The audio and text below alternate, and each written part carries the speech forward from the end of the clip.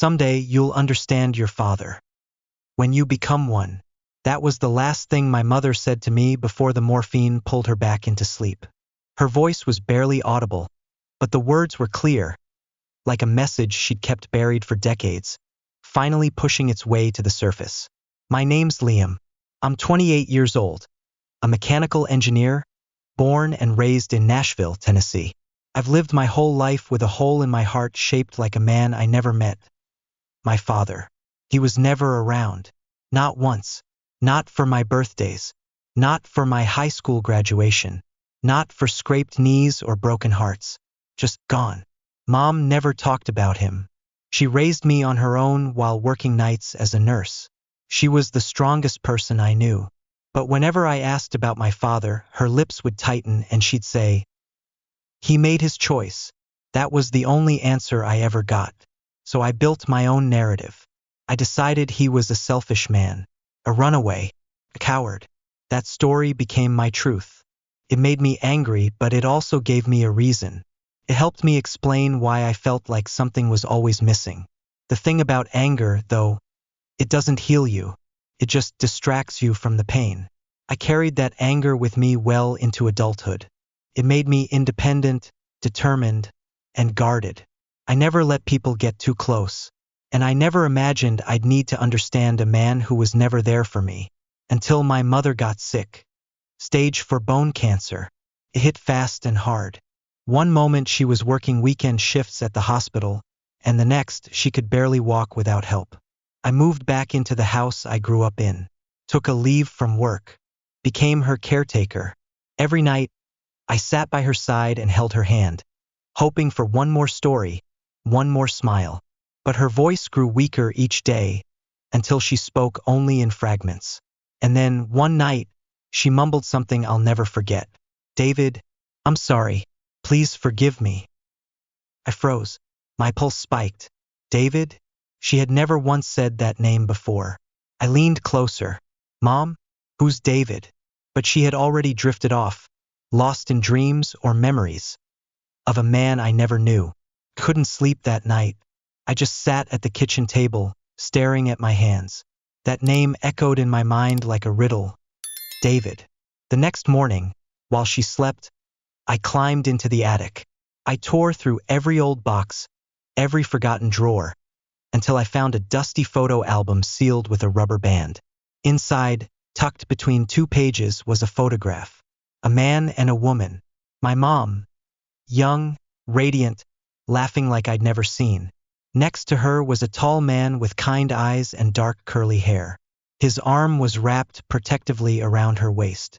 On the back, in faded ink, it read, "David and Ellie, Nashville, 1996. I was born in March 1997. My stomach twisted. For 28 years, I had lived under the assumption that my father never wanted me. That he vanished by choice. But now, I wasn't so sure. I had a name, a face, a thread to pull, and I wasn't letting go. After 2 days of quiet research, I found a match. David Monroe, currently living in Ashford, Kentucky. A small town so tiny it barely showed up on Google Maps. The town had a population of less than 3,000. And yet, there it was, Monroe's Auto Repair, registered under his name. I didn't hesitate. I packed a duffel bag and drove 4 hours west, through winding highways and endless farmland. My chest was tight the entire drive. What would I say if I saw him? What if he slammed the door in my face? What if I was wrong? Ashford was the kind of place time forgot. One main street, a diner, a church, and an American flag fluttering over a rusted water tower. Everyone seemed to know each other. Everyone seemed to look at me like I didn't belong. I pulled up to the garage just after noon. The place looked like it had survived 3 decades of summer storms and cheap repairs. Faded red paint, oil stains on the gravel, and a closed for lunch sign hanging crooked in the window. But someone was there. I saw him through the open bay. A man in his late 50s, crouched under the hood of a Ford pickup, wiping his hands with a rag. Even from a distance, I knew. Same eyes, same jawline, same quiet presence I'd seen in that old photo. I stepped forward. My heart thudded like a drum in my chest. He looked up as I approached, and for a second time froze. His eyes locked onto mine. He didn't say a word. Cleared my throat. Hi. My name is Liam. My mother was Ellie Walker. I think you might be my father. He blinked once, then twice. He leaned back against the truck and let out a long breath. I wondered if this day would ever come. That was it. No shock, no denial, no dramatic gestures. Just a quiet resignation, like he'd been waiting all this time. We stood in silence until he nodded toward an old wooden bench outside the shop. We sat down, awkwardly, like strangers forced into something sacred. You have her eyes, he said finally. And you have mine, I replied, unable to stop myself. He gave a sad smile. I don't expect you to forgive me, but if you came all this way, I figure you want the truth. I want to know why you left. He looked at the ground, jaw tightening. Then softly, I didn't leave. I was pushed out. That threw me off. What do you mean? He hesitated. I could see him debating with himself, the weight of decades pressing down on him. If you're ready to hear it, he said, voice low, I'll tell you everything. But it's not the story you think it is. I looked him straight in the eye. Try me. And that's when he stood up, walked back into the garage, and waved for me to follow him. Toward the past. Toward the truth. Toward a version of my life I never knew existed. The back office of the garage was a time capsule. Stained walls, faded posters of classic cars, an old coffee machine wheezing steam into the air like it was on life support. David moved slowly, deliberately, as if each step carried the weight of 2 decades. He pulled a wooden box from under the desk. The lid creaked open, revealing a stack of letters, dozens, maybe hundreds, all sealed, all yellowed with age. My name was on every single one. Liam Walker, care of Ellie Walker, Nashville, Tennessee. I stared at the pile, too stunned to speak. I wrote you every week, he said. From the time you were a baby until you turned 18. Birthdays, Christmas, first day of school. Times when I missed you so much it hurt to breathe. He handed me one. I opened it carefully, as if touching something sacred. Dear Liam, you turned 5 today. I hope you got the toy train set you wanted. I saw one in a store window and couldn't stop thinking about how your eyes would light up. I wonder what your laugh sounds like. Love always, Dad. I didn't realize I was crying until the ink on the letter blurred beneath my tears. I never got these, I whispered. I know, he said, voice thick. Your mother's parents made it very clear I wasn't welcome. I turned to him. What happened? Why didn't she tell me any of this? He took a deep breath, sat down slowly, and looked at the box like it held his whole life. I made mistakes when I was young, got into a bar fight. The guy ended up in the hospital. I spent 18 months in prison. That was right after Ellie found out she was pregnant with you. A lump formed in my throat. When I got out, I wanted to be there. I begged her family to let me back in your life. But they told me I'd ruin you. Said they'd move and change names if I didn't stay away. I wrote letters. Called. I even came to the hospital when you were born. But security wouldn't let me past the lobby. His voice broke. They called me a danger. And maybe back then I was. But I changed. Liam. I worked. I stayed clean. I followed your life from a distance. He opened a drawer and pulled out a small photo album. One I'd never seen. Inside were pictures of me. At my kindergarten recital. Crossing the finish line at my high school track meet. Smiling in my college graduation gown. How did you get these? He smiled faintly. I have friends. Some from the old neighborhood. People who knew people. I never stopped watching over you. Suddenly, a memory hit me. Something I'd buried. I was 15, walking off the track field after winning a relay. I looked up into the crowd and saw a man I didn't recognize, standing alone near the fence.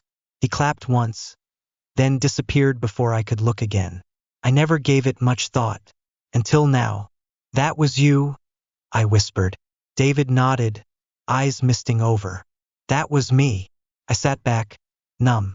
The man I'd spent my life resenting had never walked away. He'd been there, just hidden behind the curtain of choices made by others.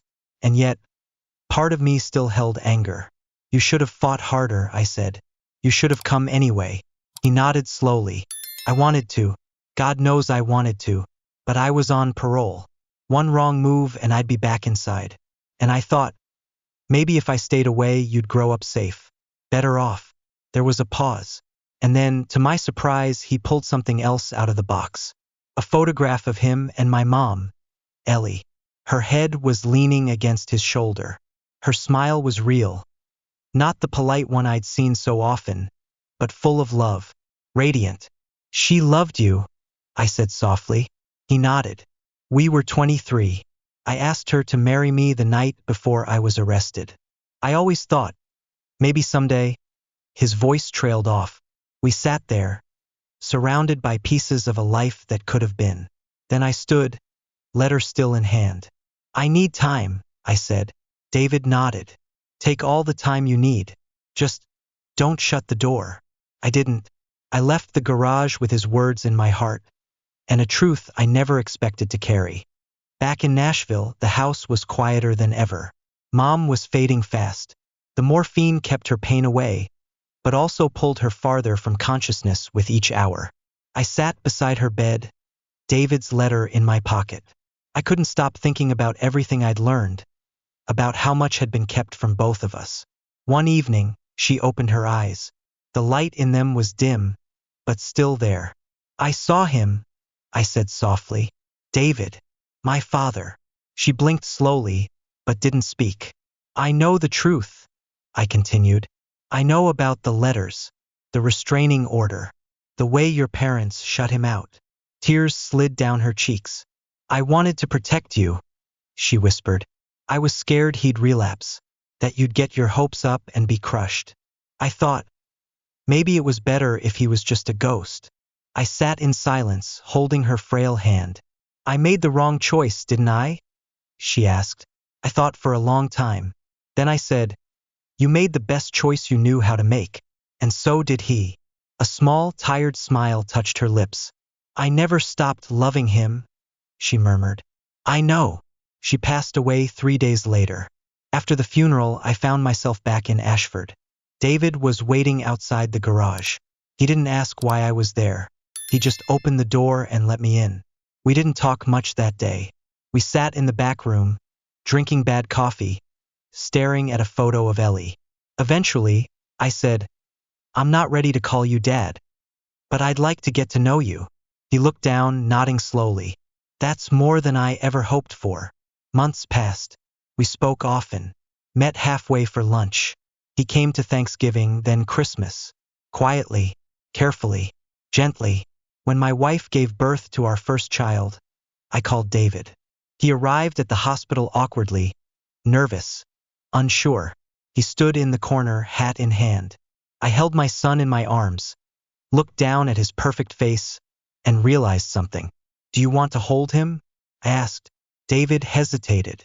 Then he stepped forward, arms trembling slightly. He held my son like he was the most fragile, precious thing on earth. He didn't speak, didn't need to. As he cradled his grandson, I whispered, now I understand. Being a father isn't just about showing up. It's about holding on, even when no one sees you there.